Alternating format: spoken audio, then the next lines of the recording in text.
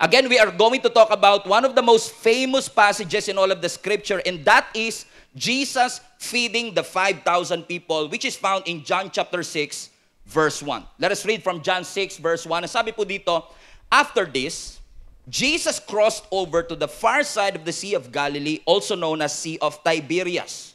Verse 2, everybody read this with me. A huge crowd kept following him wherever he went, because they saw his miraculous signs as he healed the sick. Napansin niyo ba ang ating Panginoong Yesus? Wala pang Facebook, wala pang Instagram, wala pang TikTok, pero marami na siyang follower. There is something about Jesus Christ that attracts people. There is something about Jesus that is magnetic. Na ang mga tao hindi pumupunta kapag pangalawang kanta na ang mga tao hindi pumupunta pagkatapos ng announcement. Is it as if these people are hungry to listen to the Word of God, and these people are thirsty to receive the Word of God, that they are willing to line up and show up para lang marinig ang ating Panginoong Yesus? Alam niyo, na-realize ko na there is something about Jesus that when you experience Jesus, you just can't get enough. Na parang parang may something kay Jesus Christ that attracts people. May mga tao ba sa buhay ninyo na kapag nakikita nyo pa lang na dumarating, lumalayo na kayo? Pero may mga klase ng kaibigan na wala pa siya, lumalapit ka na sa kanya. There is something about Jesus that is magnetic. Kasi ang sabi po ng scripture, wala pang Instagram, wala pang Facebook, wala pang social media, pero marami ng follower ang ating Panginoong Yesus. And look at verse 3. Everybody read. Then Jesus climbed up a hill and sat down with his disciples around him. It was nearly a time for a Jewish Passover celebration. So ang sabi ng scripture, habang ang mga tao ay sumusunod sa ating Panginoong Yesus, umakyat ang ating Panginoong Yesus ng isang hill. Naupo doon kasama ang mga disciples. At ang sabi ng ibang passage ng scripture, Jesus was preaching. Until, ang sabi ng scripture, it was nearly the time for a Jewish Passover celebration. Come to think of it, folks, I've heard na matatalino daw mga taga Cotabato, matatalino daw mga taga Mindanao, so I'm sure you're going to absorb this. Ang sabi ng maraming Bible scholars, nagsimula daw po ang journey ni Jesus Christ this day. He started preaching at around 9 o'clock in the morning. At ang sabi ng scripture, it was nearly the time for the Jewish Passover celebration sa verse 4. At kung titignan nyo ang ibang passage ng scripture, makikita po ninyo dito na ang sinasabi ng maraming Bible scholars is between 3 o'clock to 6 p.m. na at this point. So Jesus was probably talking for hours. Nagpipreach ang ating Panginoong Yesus ng buong araw, wala siyang microphone, come on now, but people are drawn to Him. That people are not just curious to hear Jesus, people are drawn by His presence. Why? Because there's something about Jesus that is magnetic. Napansin niyo ba yung mga ibang preacher katulad ko? No? For us to speak for a whole day, baka wala nang nakikinig. But there is something about Jesus na kahit magsalita siya ng ilang oras, ang mga tao, they are leaning in. They are trying to earn and gain something from the Lord because there is something about Jesus that is magnetic. Why? Because these people are not just curious, they are drawn. There is something about Jesus na kapag nakikinig sila kay Jesus, nagbabago ang kanilang mga buhay. Meron ba sa inyo makakapag-testify dito that there is something about Jesus na kapag naririnig mo ang kanyang mga salita, nagbabago ang iyong buhay? Taas nga kamay, lahat ng binabago ng Lord kapag nakikinig kayo sa ating Panginoon. Come on now. Yes, because there is something. Everybody say, Jesus changes everything.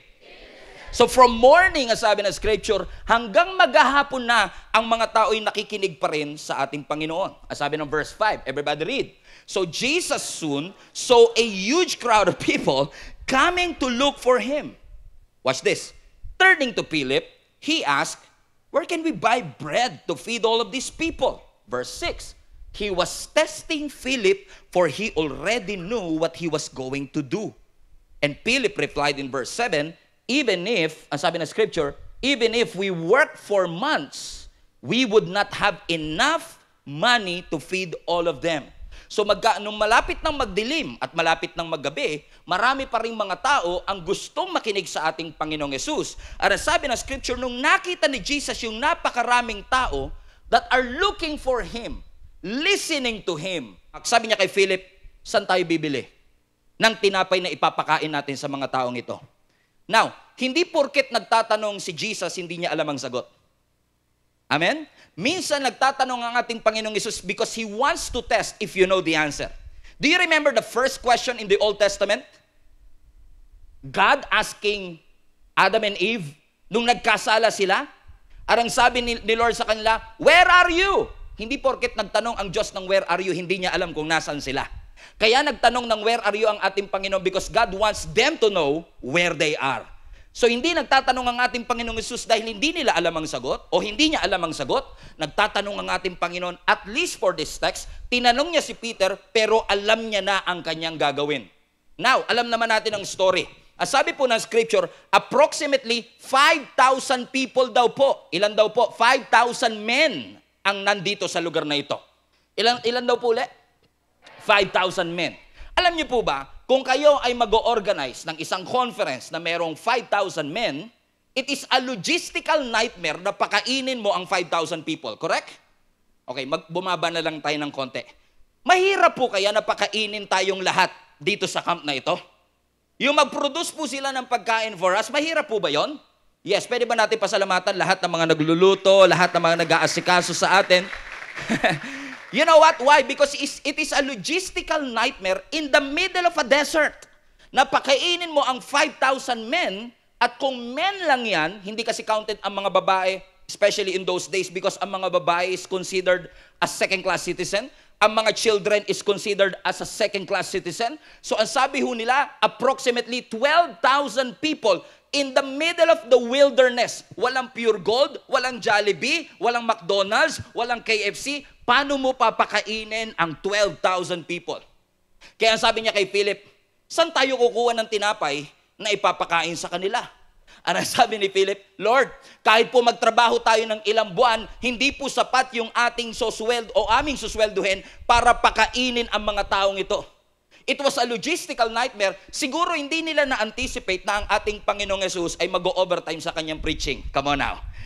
Nung sinabi ni Jesus Christ, okay, maggagabi na, saan tayo kukuha ng tinapay na ipapakain sa kanila? Alam niyo po ba that this passage is written in all four Gospels, Matthew, Mark, Luke, and John. At kung titignan niyo ang ibang passage, ang sabi ng ibang disciples, Lord, pauwiin na lang po natin sila. Kasi that is one of the best ideas that you can do. Instead na pakainin mo ang 12,000 people, pauwiin mo na lang, doon na lang sila kumain sa kanilang bahay. Pero ano sabi ng Panginoon? No, wag niyo silang pauwiin. Pakainin niyo sila. Ano sabi ng mga disciples? Oh no. How can we feed these 12,000 people in the wilderness? Wala tayong kawali, wala tayong gasolina, wala tayong gas, wala tayong panluto. How can we feed all of them? And Philip was freaking out. Ano sabi ni Philip? Lord, kahit magtrabaho po tayo ng ilang buwan, hindi po natin sila pwede at di po natin sila kayang pakainin. Pero just because you are freaking out, it doesn't mean God is freaking out. Hindi porket nagpapanik ang ating Panginoon. Hindi porket nagfi-freak out ang ating Panginoon, because God is always in control. Christ is enough, Christ was enough, and Christ will be enough. Because when you have Jesus, you have everything that you need. Come on now, louder. Palapakan natin ang ating Panginoon. Kaya nga lang minsan, hindi natin kinakailangan ng Panginoon pag hindi imposible ang sitwasyon.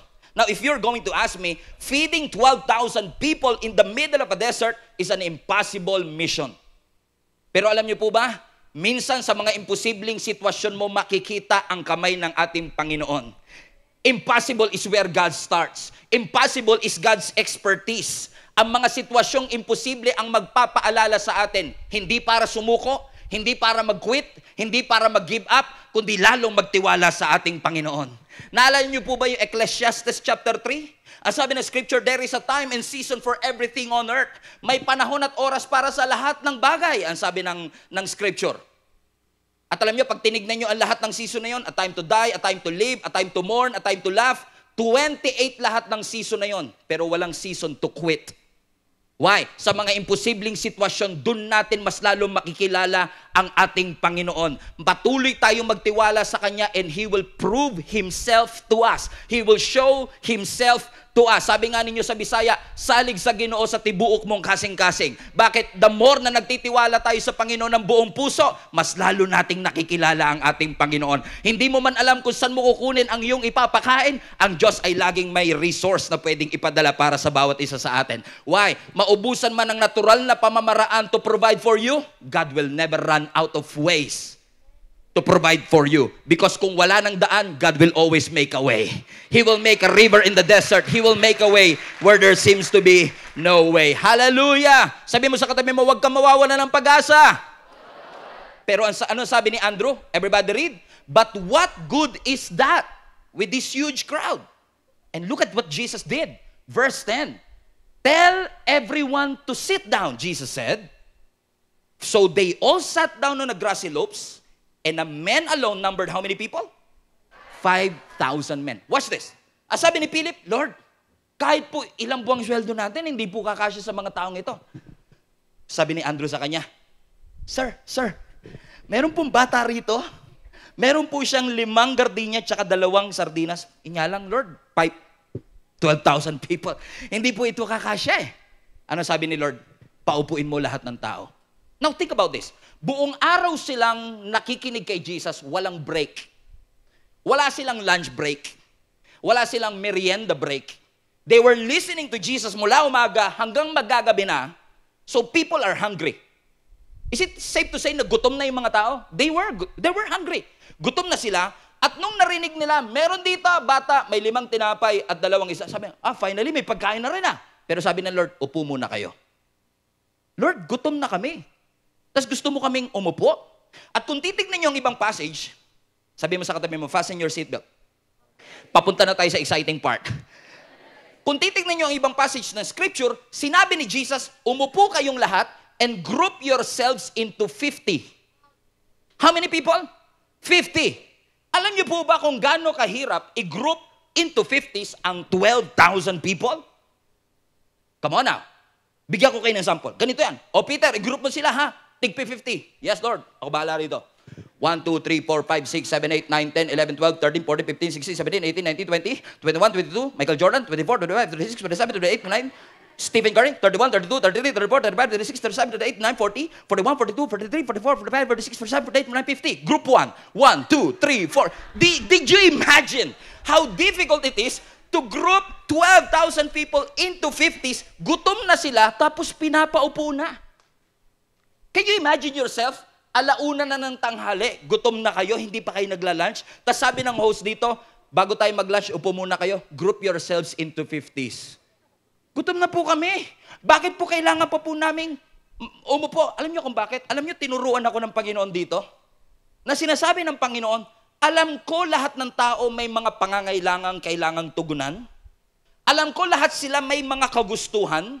Pero kung mag-group lang kayo into 50s, matutugunan ang inyong pangangailangan. Alam kong gutom ka na, pero kung magtitiwala ka sa timing at ways ng Diyos, come on now, makikita mo yung provision na dadapo sa iyong buhay. Alam niyo kung bakit? Because God works under system, order, and structure.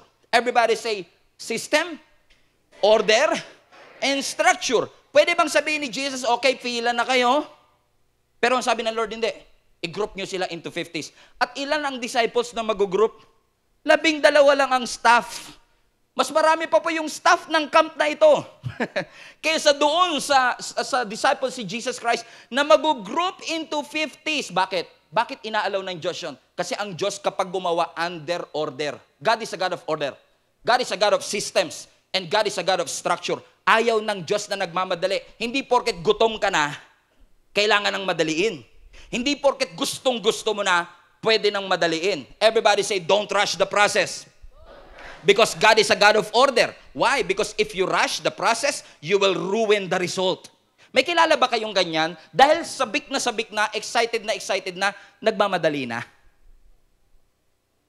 Pastor, mahal na mahal ko kasi siya eh. Ang pogi-pogi niya po talaga. Feeling ko po talaga kami yung compatible for each other. Parang pakiramdam ko, Pastor, kasi siya, he completes me. Wow, he completes you. So, ibig sabihin, 50% ka lang, siya yung 50% mo, at siya yung kukompleto sa iyong buhay. Nakarating ka nga sa edad na 17 eh. Hindi mo naman siya kailangan. Alam niyo kung bakit? Kasi minsan, may mga pagkakataon sa buhay natin na parang mas excited na tayo, pero sabi ng Panginoon, learn to wait. Learn to wait. Everybody say, learn to wait. Why? Because nobody can really give you what you need, even your dream guy, because only God can satisfy you. Come on now. Sabi mo sa katabi mo, papunta na sa'yo si Pastor. Amen. He's talking about you now. Hallelujah. Pastor, hindi mo alam, he's so hot. He's so hot. I really love him. Kung gusto nyo ng mainit sa impyerno, mas mainit doon. Okay? Sabi mo sa katabi mo. Amen. Because, why am I saying this? Because, may makilala po ba kayo na nung kinilig, ayaw na makinig?